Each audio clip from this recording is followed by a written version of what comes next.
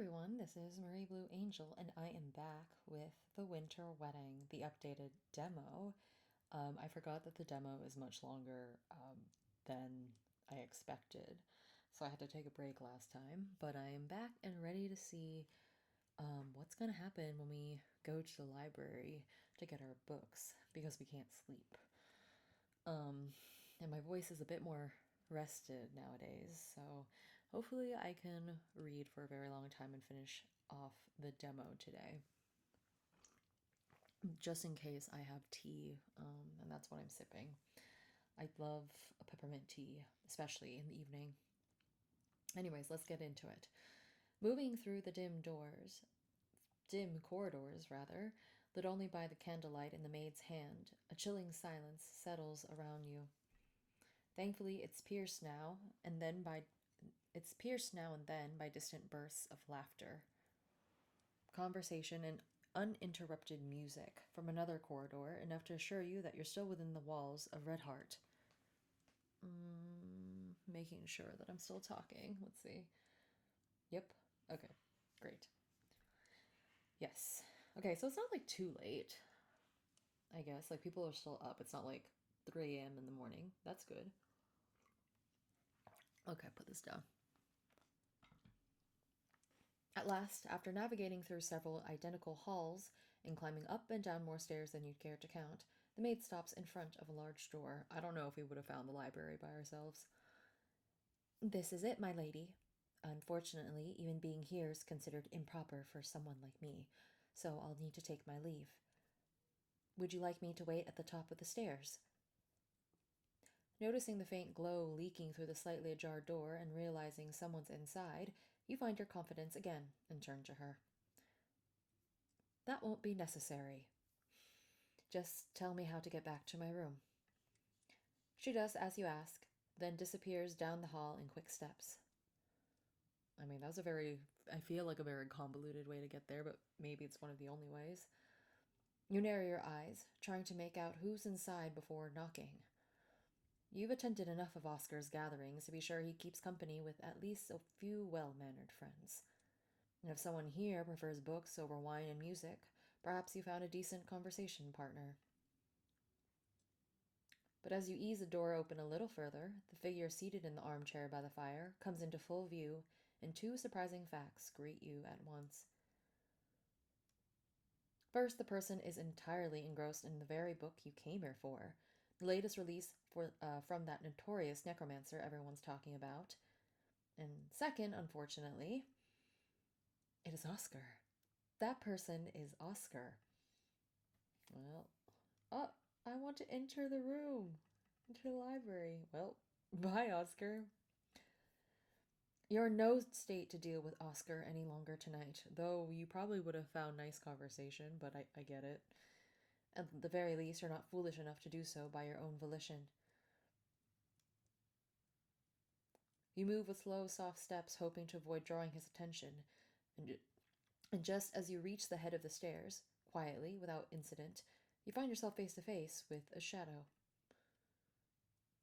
It only takes a moment to realize it's nothing more than your maid. Though she clearly disobeyed your instructions to leave, you chose not to mention it all. You choose not to mention it at all. After all, had she not stayed, you wouldn't have known your way back. Oscar's presence had already swept every other thought from your mind.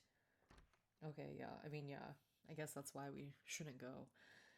I'm only really curious because I want to know what's his deal, but maybe he's just indifferent overall, and that's just what we've seen as his personality, which isn't the first time where well-to-do guy just doesn't care, you know? That's not the first time I've seen that. Thanks to her, you return to your room, and the moment the door closes behind you, you sink into bed and start counting sheep. When you were a child, your father swore by this method, claiming it worked for him every time. Though in his case, he'd begin with sheep and end up listing every animal he owned, then every plot of land, every property. In any case, a sleepless night lies ahead. Yay! Oh, I was this close to surviving. Oh, to be continued. It was that close to the end, and I literally ended my video. Okay, well, we're gonna load That's fun. I'm glad we're safe, because I think we wouldn't have been safe if, um, yeah, if we had gone to the library or something more would have happened. That is just not available in the demo. Okay, let's see. I'm back to the choice where we're in the carriage, and this is before Rudolph? Yeah, Rudolph and the coachman note that, well, mostly Rudolph says that it's going to be a little bit harder to make the journey because we're going to have to go slower given the weather. So we're going to say it would be best to turn back before it gets too late. Maybe we'll see more of Tristan. The young man dips his head in acknowledgement, and you sense that he too is relieved. You can't blame him. This journey has become nothing more than a treacherous gamble, and neither of you can predict what lies ahead. As you wish, my lady. I will inform the coachman at once. The door shuts, sealing you once more in the confined warmth of the carriage. Enclosed space provides a sense of comfort, if only temporary. A thought tugs at your mind. You never sent word to your fiancé about missing dinner, yet you easily push aside the concern, knowing you've made the right decision. The shadow in the forest had undeniably influenced your choice. Whether it was a poacher, a predator, or merely a trick of the light. The carriage jolts as the horses are urged to turn back. The motion is rough, though brief, and you hardly pay it any mind. You just want to go home. Daisy will undoubtedly be disappointed by your early return, and she'll surely make it known for quite some time.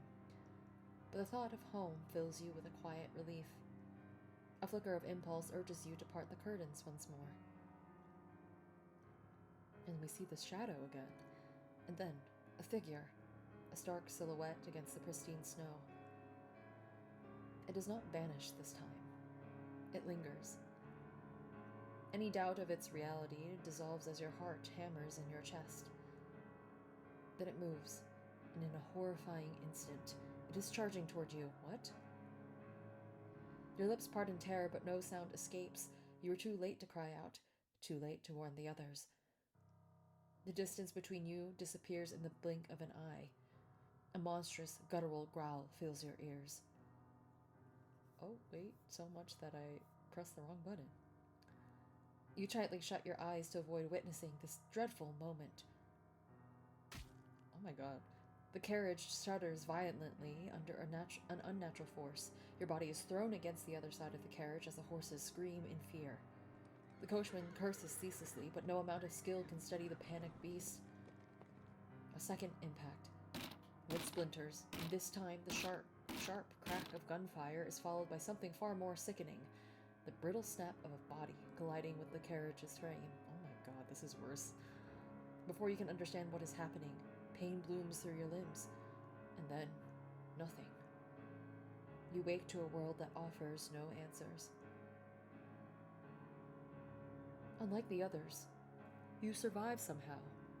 But how? The doctors determined from your injuries, the fractures, the scars, that it must have been an animal attack.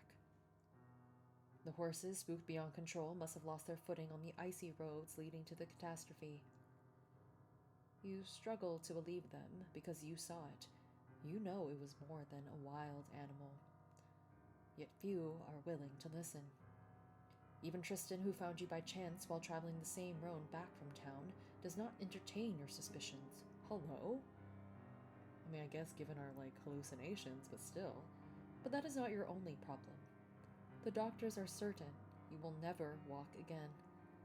A single foolish decision has cost 2 innocent lives, and your legs. No amount of regret will change that. But at least this time, you know what must be done. During his last visit to this state, you tell your fiancé the truth. This marriage will only be a burden to you, Oscar. I have no right to ask this of you. You are free of your promise. His smile is light, but his gaze is razor sharp. Huh? How thoughtful of you, my dear. I came here to tell you the very same thing. Isn't it wonderful how we can agree even without speaking? At the very least, I will always remember you fondly. And every time I hunt, I shall send you the finest catch. The most exquisite, the most untouched. His gaze settles deliberately on your neck, on the scar left by the predator. Every time you recall it, your skin prickles. Like a vampire? It's a miracle you survived that creature in this state. If you truly survived it at all. Oh my god, our wedding is canceled, but now we're... I mean, what are we gonna do? How many endings is this supposed to have? Oh my god. I think I would... this is just gonna be a short video. Whew, okay. Thoughts. So the last decision I made, not in this video, but before, when I said we should continue to go to the Red Fort Manor, was a good decision. Because, I mean, even though we don't know what happened to Rudolph, he's at least still alive so far, and he's being looked after in the manor, and the coachman is also alive, and we also are alive with all our limbs intact. So that is good. So good instinct. I was kind of just driven by the fact that I really wanted to see who Oscar is. I really don't like him. Like he's not like he just seems like he doesn't care about anything. But I guess it'd be nice to know more story. I'm also highly disappointed that Tristan is someone who doesn't really believe her. Like I get that she has like our character has the hallucinations and everything, but I also am like, I don't know. There's some things that like even though she doesn't believe in it sometimes, like how much things are hallucinations are not, like, I don't know. Going through that and just saying, it must have been some wild animal that killed the both of them and then left, like, I mean, I would assume would eat all of her or at least, like, kill her and mangle most of her body. If not, like, just the legs that we just saw. I mean, I don't know exactly what happened. So I don't know. I don't know if I don't know how to feel about both of them. I like Tristan a little bit more. But you know, like he's intriguing, but I also don't like him. I'm gonna say Oscar's gift is important to me.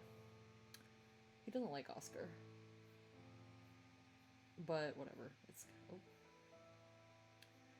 based on the impression you've gathered during Oscar's rare visits to the mansion, you were aware of the obvious tension between your butler and your fiance. Okay, because everyone who serves at her house, or I mean, I guess I'm assuming all the servants, we gathered this from earlier, is that they're all betas, which is in society, in the Omegaverse, don't have as much social power as alphas or omegas, of which our character is an omega and Oscar is an alpha.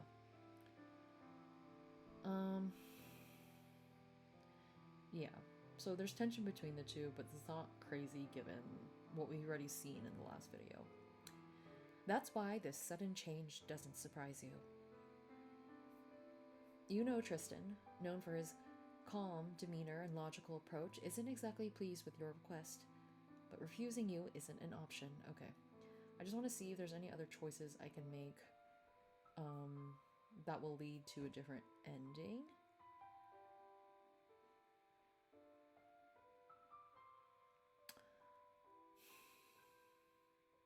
I'm going to be nice here and say, thank you for thinking of me, Tristan, but I'm well enough. Everything should proceed as planned. Since you avert your gaze, you can't quite make out the expression on Tristan's face.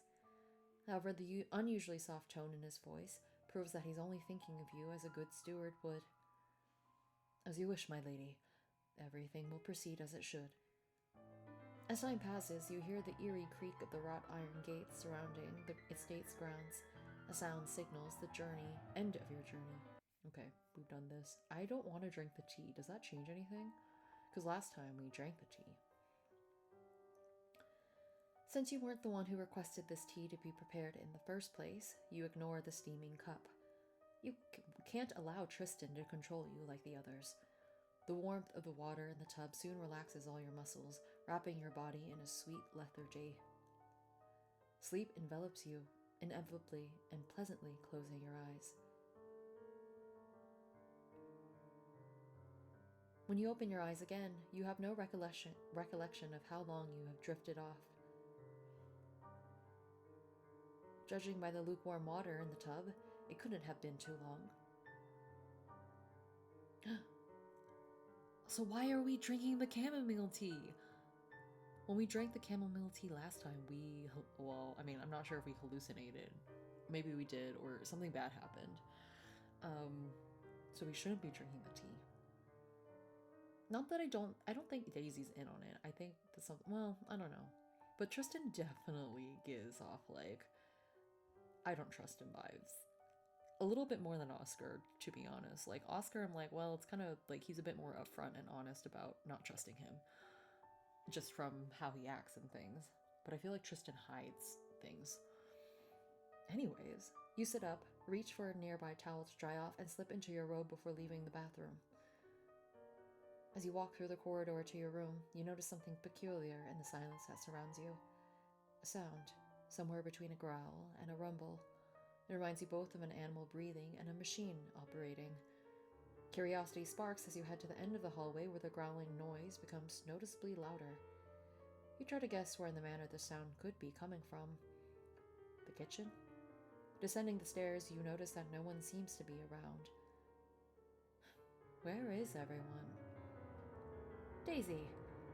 The mansion is enveloped in a terrifying sense of abandonment, save for you and the sound of your footsteps echoing through the halls.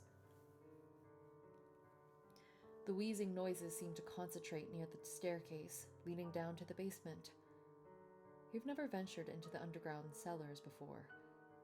You've heard from Daisy that it's filled with rats and a multitude of forgotten old items. You also know that Tristan, unlike the previous butler, has an interest in new machines to make work easier, though many of them end up broken and left to rust down there. The staff must be down there now, tending to a new machine under Tristan's orders. Just as you're about to head back to your room, a sudden curiosity takes hold of you. You slowly descend the mansion's ancient stairs, and we're going to check out the machines and the noise. The dim light makes it hard to see, but you eventually reach a damp and cold space at the bottom. The wheezing grows louder, transforming into a hum that reverberates through the walls. You're no longer sure if the source of this noise is a machine. Is anyone there? Tristan! The shadows around you seem to multiply, but there's no response. Your heartbeat quickens, your breathing turns ragged, and you decide to abandon this unpleasant curiosity. But it's too late. Oh my god, who?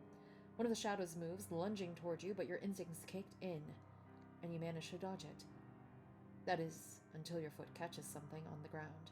Your fall and the sharp blow to your head happen in an instant. Oh girl, we're getting concussions left and right. Before your vision fades, one thing becomes clear. The shadows. They're not human. You're reunited with your family? That's wild. Okay. Oh my god. So, let's see. Maybe we have a list of endings? Okay, they don't tell us which ones. Wedding is postponed is because we basically sprained our ankle or something when we were at the grave. You're reunited with your family because I didn't take the damn chamomile tea, so it's good that we took the chamomile tea and we survived. And then the other one is when the wedding is canceled because we decided to turn back and not head to the Red Fort Manor, even though, realistically, someone would take that choice, and that's kind of crazy. Let's see. I don't know. It says that maybe we have CGs, but I haven't seen any. How do I get to them? Oh my god, I'm not making the right choices, am I? I'm probably, you know what? I'm gonna do what you do when, you try it for the first time and you seriously have given it your all, and we're gonna look up the guide so I can at least do one of them, and then I'll leave the other one to if I feel like it. Because it says the demo includes 3 different endings, which we got. We have an unlockable romance scene with love interests plus 2 CGs. So I guess you just have to Maybe if I hadn't like antagonized, because I don't like Oscar. Actually, I kind of don't like both of them, so I'm like antagonizing both of them, even though my choices with Tristan should have meant that I am going for Oscar in a sense. I'm putting those in quotes. Um, but I know that there is um, a guide, so let me just get into that. We got a walkthrough. Tristan loves being obeyed while Oscar enjoys a challenge. Okay. And you should visit the website because it says walkthrough with slight spoilers and walkthrough with heavy spoilers. Okay, so let's see. To unlock Tristan's secret scene, you must make these three choices before day one ends. I'd like to see my parents one last time. Thank you for thinking of me, Tristan, but I'm well enough. Everything should be proceed as planned. Can this be discussed later? I'm cold. Ooh. Okay, we're going. We're going right now. You like to be obeyed. Ugh. Forgive me while I skip through this. Hopefully this is entertaining enough. But I'm also just very, very curious. Um, yeah, okay. And we said that we want to see our parents. We're not checking the grave because we don't want to die. I mean, thank you for thinking of me, Tristan. Okay. And then we're going to drink the tea because we don't want to die. And then we're going to go through all of this, meet Snow. Be so fun. And then I'm supposed to be... Can this be discussed later? I'm cold. Okay, and then apparently after making that choice, at the end of day, available on the night of day one, approach where we like had seen Tristan earlier, in earlier videos, in the last video rather, will be available. So let's do that. Tristan hesitates briefly before stepping back in a rush. Of course. Forgive me for keeping you waiting, my lady. You can be rest assured that such confusion will never happen in the manor again. As you retreat to your room, Daisy carefully dries and dresses you, but your thoughts remain a tangled mess. Okay, this is the same. Ooh, okay, so this is where the sounds coming from inside the room warn you against approaching.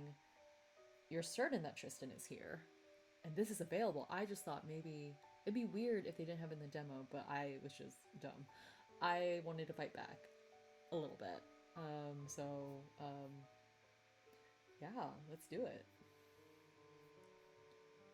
You've never been one to intrude into the private lives of your staff. But when it comes to Tristan, curiosity, and another emotion you can't quite place, quickly takes hold of you. Even though you know it's wrong, you can't stop yourself. You approach the brightly lit room as quietly as possible and steal a glance through the slightly opened door. Tristan stands in the center of the room, directly in the path of the light. However, instead of his usual impeccable posture, his body leans toward a man kneeling on the floor, a servant most likely. You notice the white-gloved fingers gripping a whip tightly. Are you starting to regret your disobedience? Or do you need a harsher punishment? You notice the servant's clothes are disheveled and his face is clearly bruised. For a moment, you forget to breathe. The servant is sobbing, pleading in a way that sounds almost like a groan. I regret. I deeply regret it. I'll never do it again. Never, ever. Please, forgive me. Tristan straightens up and begins pacing impatiently around the servant, and you manage to make out the silhouettes of other observers on the other side of the dimly lit room. They remain silent, their trembling breaths the only sound, as they try to stay out of Tristan's way. I know your kind well. You don't deserve even the slightest bit of mercy. Tristan suddenly pauses, shifting his gaze from the servant on the floor to scan the room. A cold, chilling smile spreads across his face, one you've never seen before. Disciplining you requires great patience and punishment. Lucky for you, I have both. Plenty. As he finishes speaking, his yellow eyes turn in your direction, and for a moment it feels as though his gaze meets yours. In a panic, you step back from the door and retreat a few paces. Your mind races, torn between running away and staying put, but Tristan's authoritative voice reaches your ears once more. But tonight is not the night. Your heart pounds with an odd tension as you make a quick decision and hurry back to the kitchen. You remind yourself that disciplining the staff is part of Tristan's duty as the butler of the manor. Yet there was something in his demeanor, aggressive, ruthless, savage even, that you've never seen in all the 5 years you've known him. Now you no longer question why Daisy is so afraid of him and shows him such respect, or why she insisted on staying with you tonight. Your maid, now asleep in the warmth of her room, oblivious to everything, is doing the best she can. You feel like you should ignore everything, too. At least for now. Heading toward the stairs to return to your room, the sound of footsteps behind you halts you in your tracks. My lady, is something the matter? His composed demeanor starkly contrasts with the unsettling scene you just witnessed, and you swallow nervously.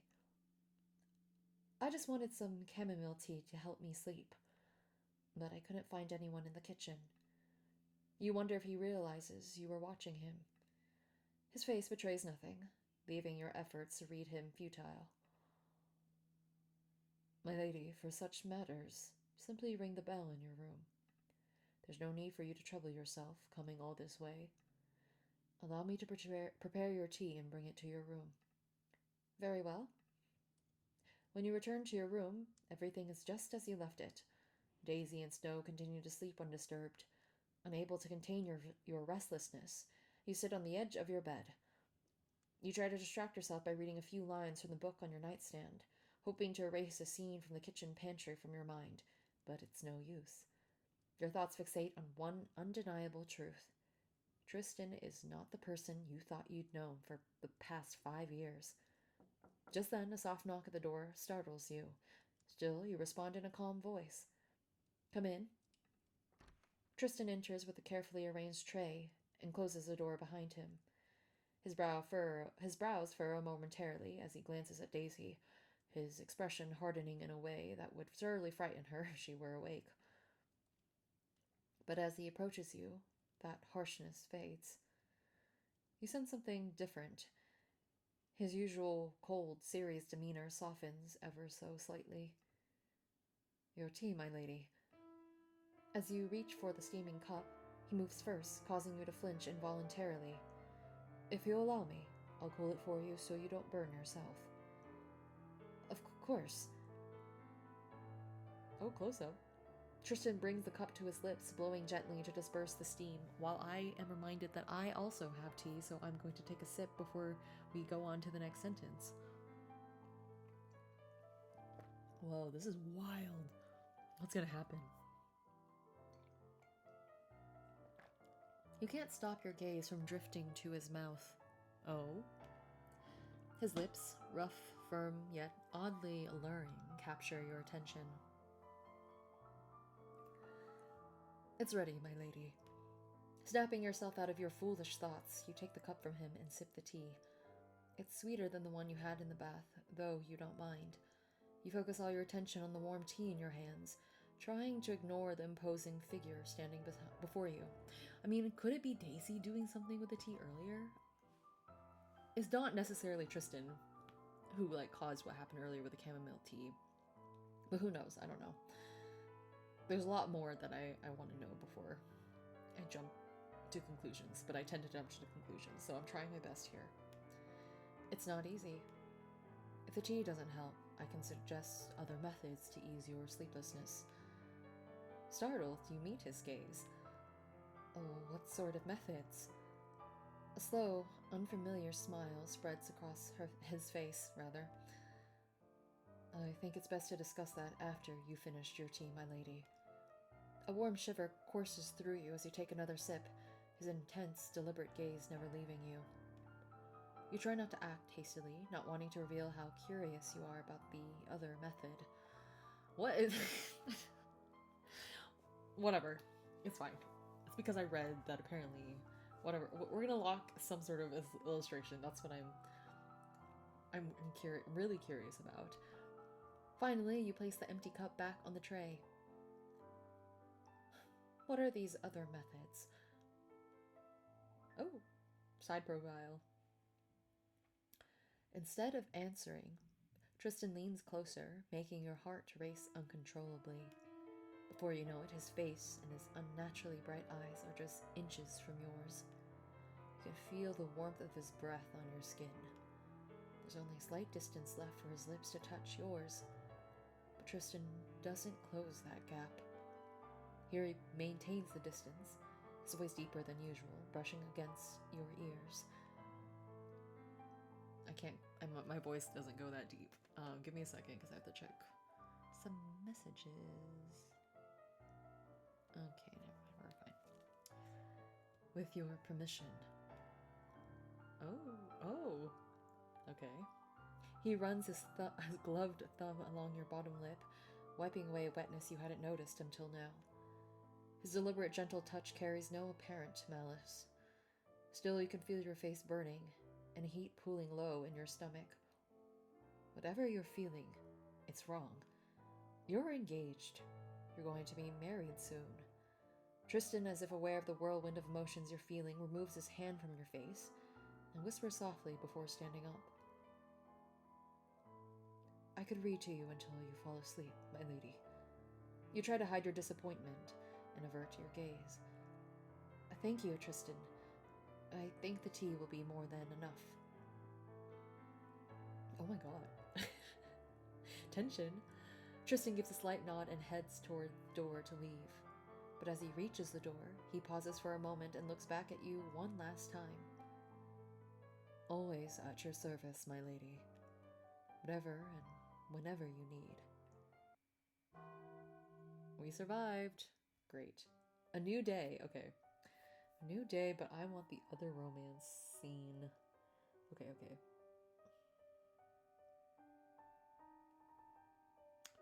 So you can just get you can get both scenes without compromising, like changing your choices. So I can keep all my choices that I just made to get the secret scene from Tristan, and for the secret scene for Oscar, I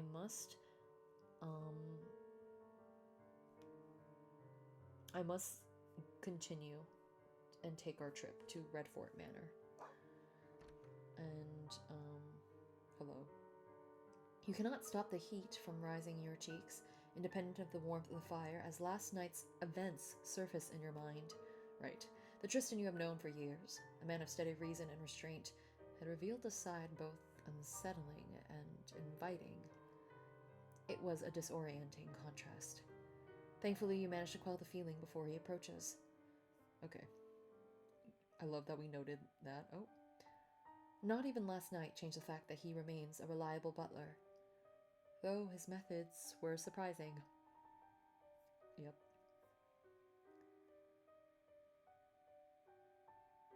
I don't think it matters. I'm gonna go do the same thing. We're going. As your gaze lingers on him longer than intended, a sudden realization strikes you. Last night, he was in the kitchen pantry. Oh, and he was kneeling. Wrapped tightly against the bitter cold, only his eyes visible beneath the layers, there's no way to tell if the punishment from last night has left any marks. But you know, it was him. Curiosity prickles at you. You don't know what he did to warrant such discipline, but of course you cannot ask him. Okay, so this was Rudolph. Oh. What did Rudolph do? Oh, we gotta keep going, because then we need to go through all the shenanigans.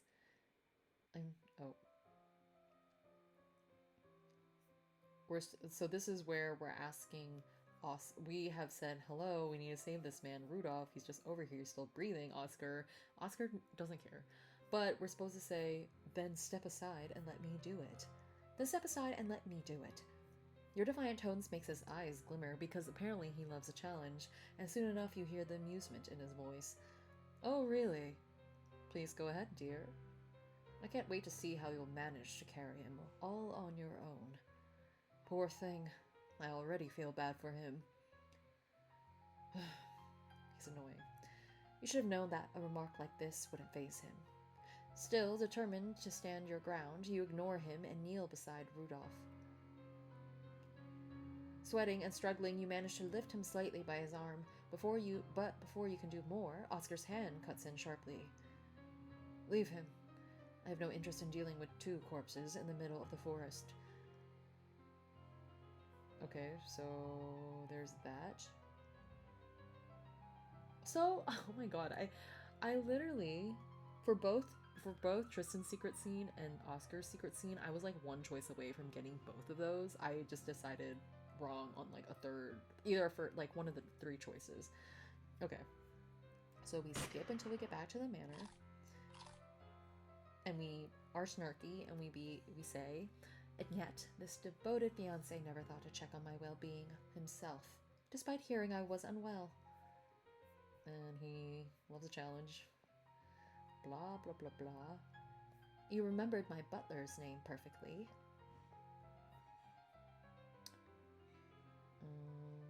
We're going to our bed, and I'm assuming we get to go to the library again. Oh. Anyways, this is about Tristan. Had Tristan been with you, perhaps this time you might have skipped the tea altogether and simply asked him to try the other method. That is, to read aloud to you. If that truly was the method he had in mind last night. Your cheeks flush involuntarily. A shame curls in your chest at entertaining such thoughts under your fiancé's roof. I mean, like, what? I feel like, Oscar seems like a very proud man, so maybe he wouldn't let this slide, but I also think that, well, maybe also because of his alpha standing, he just wouldn't let, like, an Omega do whatever, they wanted. But I could see where these two entered, like, a mutual agreement where they could just do whatever the fuck they want. But Oscar also doesn't like Tristan, so I don't think these two could, like, get together and stuff. And by these two, I mean Tristan and our character. Anyways, those are just my thoughts. Oh my god, we gotta enter the library. Oh my god, this is okay. Playing them. Oh my god, and then there's okay, wait, okay, I just need to sorry, I'm like reading the guide. Okay. We're gonna enter the library. You can't quite stomach the thought of turning back just because Oscar is inside. But storming in as though nothing's happened and simply reclaiming your book from him doesn't seem possible either. By the time you realize your hesitation at the door has lasted too long, it's already too late to retreat. Darling, if you've had your fill of admiring me from a distance, why not try enjoying the view up close? He speaks without lifting his eyes from the book, a slight smirk curling at his lips, which is probably for the best. He doesn't see the flustered, embarrassed look on your face in that moment. Knowing that turning tail now would only seem more foolish, you step into the library with reluctant resignation. Contrary to the eerie image painted by your maid's words, the library isn't nearly as foreboding as you imagined. It looks like a cute place. The shelves lining the walls hold books that seem worth a small fortune, likely the reason no servants are allowed in. You almost sigh in relief as you realize Oscar's pheromones, I don't think I can click on that, which had permeated the hall earlier, have now faded to a more bearable trace. Keeping a safe distance between you two, you finally speak. I only came here for my books, especially the one you're holding. Oscar's eyes lift from the pages slowly, and instead of the mockery you expected, his expression carries a surprising wariness, almost insincerity. At this hour? Unless you're planning to share your bed with a corpse tonight, I doubt you need anything written in this book. You hold his gaze, schooling your features into a neutral calm. There's nothing like that in the book. Are you calling me a liar? And how would you even know what's in here? You haven't read it at all. You can tell, even in his fatigue, Oscar has no intention of backing down from this game. And how would you know if I haven't? With a flick of his wrist, he lifts the book effortlessly into one palm, bringing it close to his face. I thought we tried reading it earlier. You watch as he breathes in deeply from the open page, his eyes closing for a moment. Does he also like the smell of new books? It's easy. These pages don't carry a trace of you. You flush hotly as you realize what he means. Your pheromones. Even though you're engaged, set to marry soon, it still feels wildly inappropriate for him to speak so openly about it. The fact you're alone together only worsens the situation. Your eyes dart to the door, suddenly aware that what you had been sure was left open is now somehow shut. Unlike you, Oscar seems entirely unbothered. When he opens his eyes again, his gaze is narrowed, intent, and disturbingly pleased. Even for such a feeble little Omega, I can sense them. Sweet, tense, but undeniably alluring. Come here. I forgot I put Marie in. I was like, ugh. Got scared.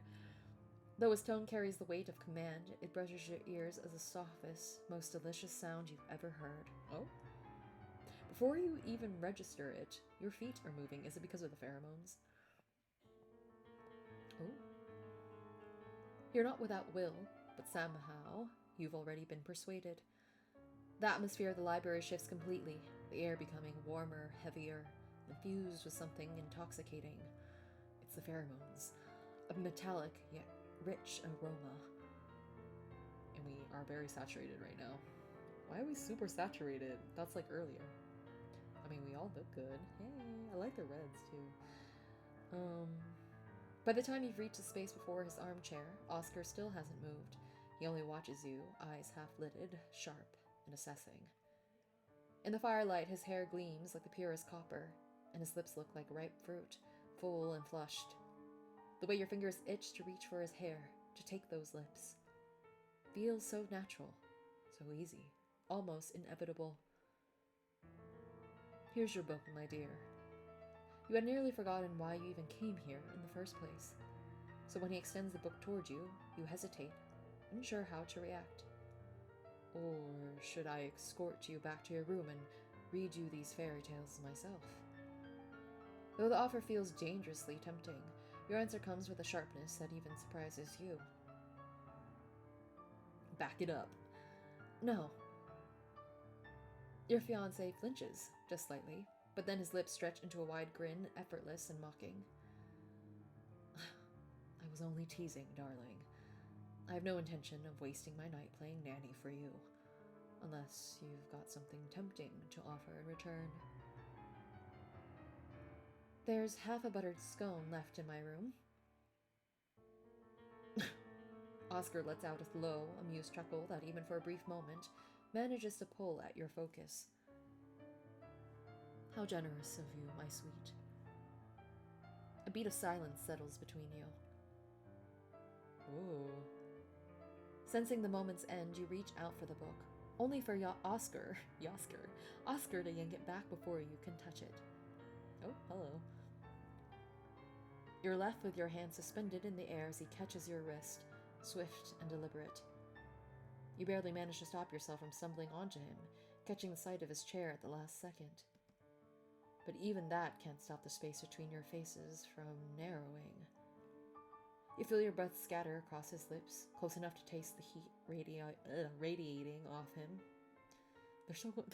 They're like, you put a finger like right in front of them, like in between their noses. They're right there. And you're already far too provoked to pretend you don't want more. Until your eyes lift from his mouth to meet his gaze. And in that instant, everything warm inside you turns cold. Because you've never seen such a frigid, razor-sharp expression in those fire-lit blue eyes. Do you see now? You can only resist me if I allow it. Oh my god. I don't like that. I don't like this power, this power imbalance. Particularly given it's not just like his social class, it's also with these pheromones. It's only now that you become fully aware of the pheromones that have saturated the room. Unlike the faint command that he used earlier in the hall to direct the servants, these are thick, oppressive, utterly overwhelming. You've never been subjected to anything like this before, and every sense feels scrambled. You vile, shameless, contemptible creature! How dare you? Even though he knows full well that such a thing is a grave taboo in your society, then why are you doing it? Oscar's expression doesn't shift an inch. All is fair in love and war, darling. And believe me, love is the last thing you'll find at Red Heart. The sooner you understand who you're dealing with, the better it'll be for you. Let me go! You struggle with all your strength, but it's useless. Your fiancé tightens his grip on your wrist instead of releasing you. I don't like you. I also, like, what's... I don't like either. You're so stuck in the past, you can't even see what's right in front of you. It's maddening how weak you are, and yet so oblivious. You should be far too old to still believe in every fairy tale you read. You feel something snap inside you. It's too much. Your voice erupts with all the fury you've held back, echoing against the library's walls. I am once again in position where I cannot yell. You better let her go. I said, let me go. You catch the flicker in his lashes, the momentary falter in his composure. As you wish. And just like that, you're free. Without sparing him a glance, you bolt from the library. As you try to navigate Red Heart's dim corridors back to your room, your rage gives way to something far worse. Regret. Normally, Oscar's words wouldn't have shocked or angered you so much. After all, even before your engagement, you knew what a bond between an Omega and an Alpha entailed. But something about tonight, about him, feels different. You can't shake the thought that Oscar meant to go beyond the boundaries a society deems acceptable. I could believe it. Especially when his own mother was infamous for keeping her Omega in a near constant haze of dominant pheromones until he became more dependent than devoted. Oh, okay. Still, no matter what, you don't want to believe that the Oscar you've known since childhood, that bright, cheerful boy who used to pull you into games from your quiet corner, could turn into something or someone like that. Maybe it was a mistake to think he was anything like his mother. And yet somehow, though you are sure you've gotten lost along the way, you find your room again. The first thing you do is retrieve a small bottle from the handbag you never part with. Without hesitation, you tip back the bitter medicine, drinking down half the vial. Your face contorts at the taste, but at least now you feel somewhat safer, less vulnerable to the alphas around you. In any case, a sleepless night lies ahead. Okay, we survived. But that was crazy. I don't know. I don't really like Oscar. But here we are. I don't know how to feel because we got both of those secret scenes. I guess it's just to start painting even more the characterization of these two male characters. And I want to know more about our character and how we're gonna deal with everything. Because should we find a way to call off the wedding that doesn't involve us getting drastically injured or die? I think that's a good thing to do. I also will say that this has been very fun. I'm so excited that there's an updated demo, and I'm excited for when the full game is available. I did see on the itch page that the game dev said that if you get the endings in a certain order, so the 3 endings that we got, then apparently something else happens. So I'm gonna do that, but I'm gonna do that off camera because I feel like, you know, we gotta save a little something. And I feel like I've done a lot of extensive looking into in terms of looking for these secret scenes. And my voice is starting to go away again, so I should call it here. But anyways, thank you so much for watching the video. If you like the video, please press the like button. Tell me who you would pick so far between Tristan and Oscar. I think technically I would rather pick Tristan, but like, I don't know. Oscar really scares me. And yeah, feel free to subscribe to my channel if you want to see more playthroughs of indie visual novels. I'd love to chat more about this game or any others, so just let me know. But thank you so much for watching. Bye!